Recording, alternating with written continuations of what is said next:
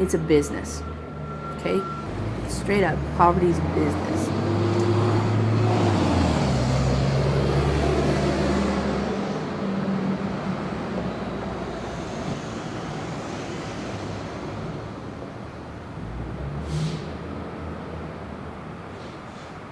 It's keeping us in poverty.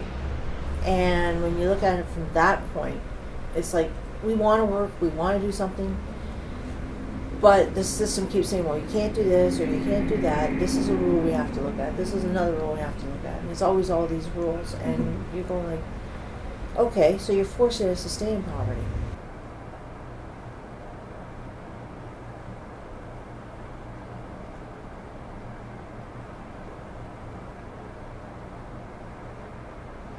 You used to get a community startup when you were in jail or when you moved, right, through ODSP. Well, now instead of doing it through ODSP, they just move the scam into welfare so that they try and put you on welfare instead of, you know, getting you into affordable housing with furniture. They don't care. It just looks good on paper.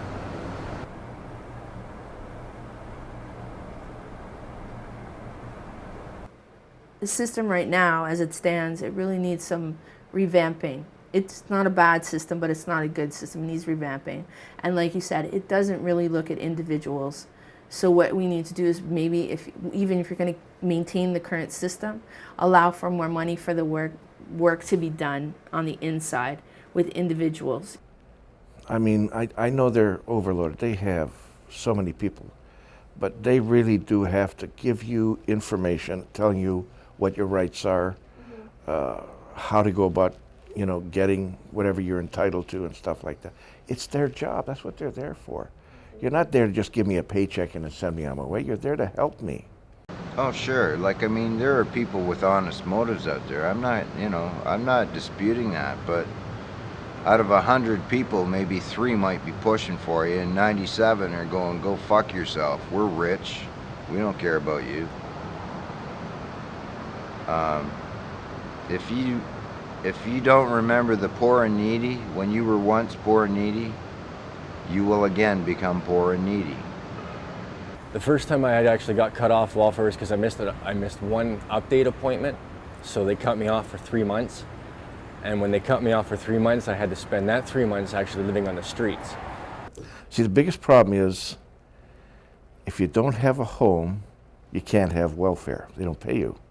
But if you can't get welfare, you can't get a home. It's kind of a Catch-22. Catch-22, yeah.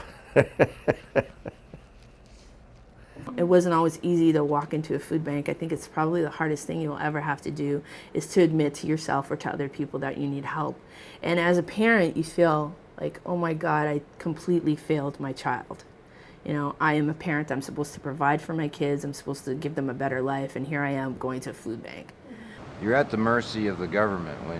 When you walk in that office, they say, oh, you don't have post-traumatic stress, you're bipolar. Oh, we can't, there's no proof of your fucking back injury. Meanwhile, I got 3 broken ribs here, dislocated shoulder from the cops, bony spurs in my hip from the thunder flash when it landed on my fucking ass. And I'm not gonna go into detail about the rest, but I'm still here. But it can't be just one person doing it. See, one person helped me. If everybody helped one person, we wouldn't have this problem anymore. Okay, so yeah, the system is broken. We've got to fix it. You know, when you live under someone else, you never feel free. And you know, education is not necessarily the way out either, because to me, I consider myself to be the working poor. Because I still make under a certain amount of money. I would like to be at a different position in life, but I'm not. So I just have better opportunities now that I am educated. So when people always tell you, oh, you're poor, well, if you go to school and you get your education, you're going to move, you know, you're going to be moving up in the world. No, you're not. You're going to provide more opportunities for yourself.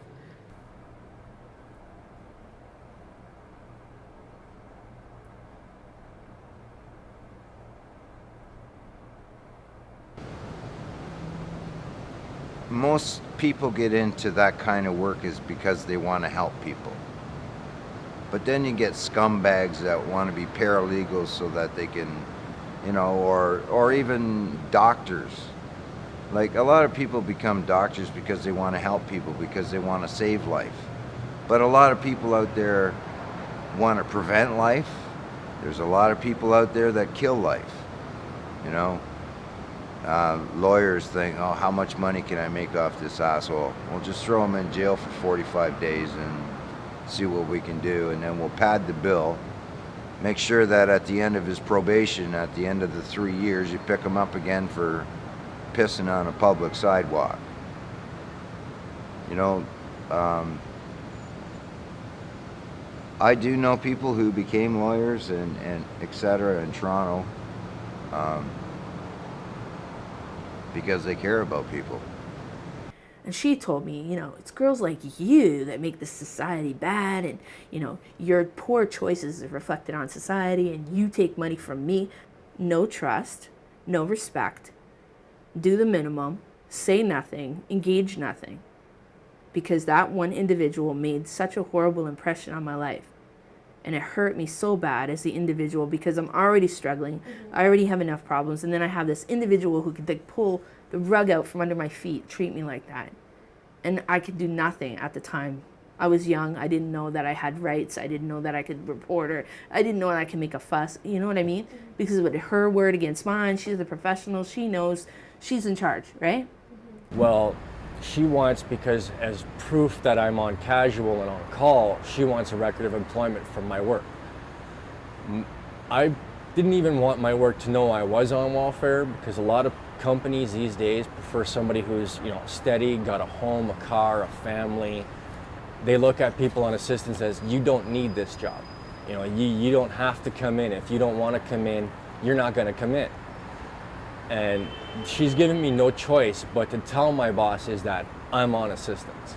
So it's going to make my job a bit more difficult, and I don't know if I'm going to get extra shifts or more shifts, or just be completely cut off from work.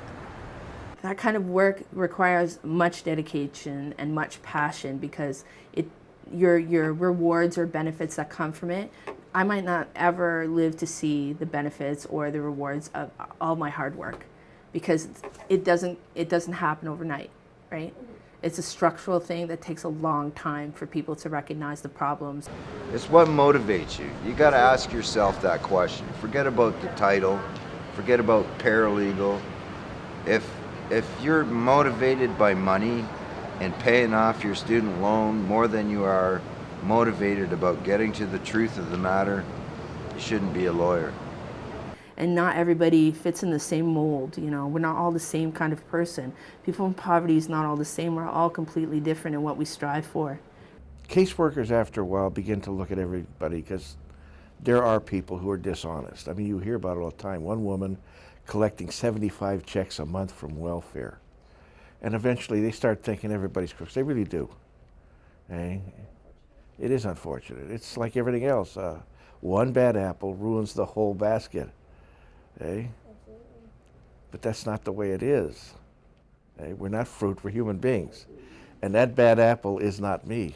What they need to do is work more individually with their clients, and actually have their clients more involved with their cases, and be more involved with their clients with skills and the future goals of their clients. Not everybody you meet you're gonna like, that's fine. But at least you know that person a little bit better. So at least you know, okay, well, Bob is not exactly a nice person, but I understand Bob is, had a bad experience in the past, and to have a relationship with Bob would require a little more assistance than what I can provide for him at this point in time, but at least I can just show Bob that, hey, Bob, my name's Lillian. I'll be your caseworker. I'm going to try my best to help you with what I can, and when there's problems, let's talk about them, and then if I require something from you, I'm going to work my best to help you get those papers in. I'm not going to be like on your back 24 hours a day sending you letters down. Ask yourself one question: what motivates you more, money or people?